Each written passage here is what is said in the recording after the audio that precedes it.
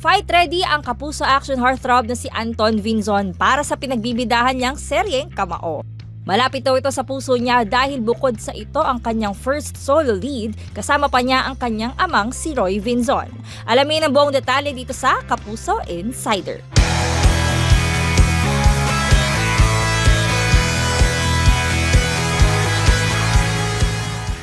Big step para sa kapuso action heartthrob na si Anton Vinzon ang family sports drama series na Kamao. Matapos sa mga batang riles, ito ang unang pagkakataon na bibida siya ng solo sa isang teleserye. Aminado si Anton na mixed emotions siya sa proyekto lalo na at nakakaeksena niya ang kanyang amang si Roy Vinzon, na gumaganap hindi bilang kanyang tatay sa serye kundi bilang kanyang lolo. I'm really happy and halong kaba but good pressure naman kasi maraming willing ako matuto at maraming akong natutunan about sa mga veteran actors, especially kay Papa. And ayun po, I'm very happy pero tatry ko talaga yung 101% ko for this show. Isang batang boksingero si Anton sa Kamao kaya thankful siya dahil noon pa man ay tinetrain na siya ng kanyang Papa Roy sa mixed martial arts.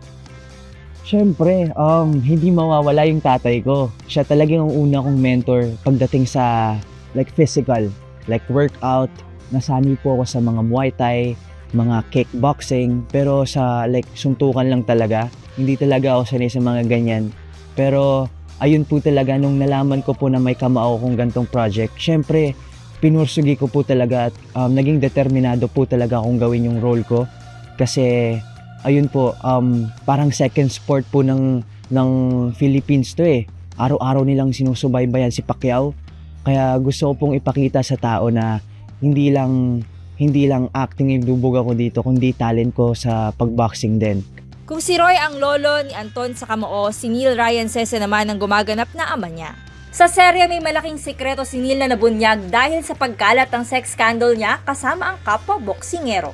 Kaya naman bukod sa sports, may mas malalim na tema ang Kamao na nais i-highlight ni Anton. Ang pagiging mabuting anak at kahalagahan ng pagtanggap at pagmamahal sa loob ng pamilya. Hindi lang sa suntok, hindi lang nilalabas niya yung anger niya, kundi very family-oriented po talaga siya.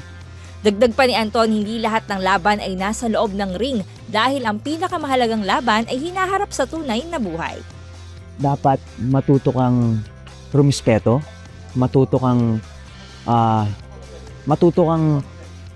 dalhin yung sarili mo at saka okay lang matalo ka kasi lesson din yan and dapat maging matapang ka lang sa bawat hamon ng buhay mo.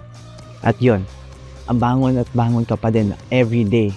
Subaybayan ang Kamao Lunes hanggang Biyernes sa GMA Afternoon Prime at Kapuso Stream.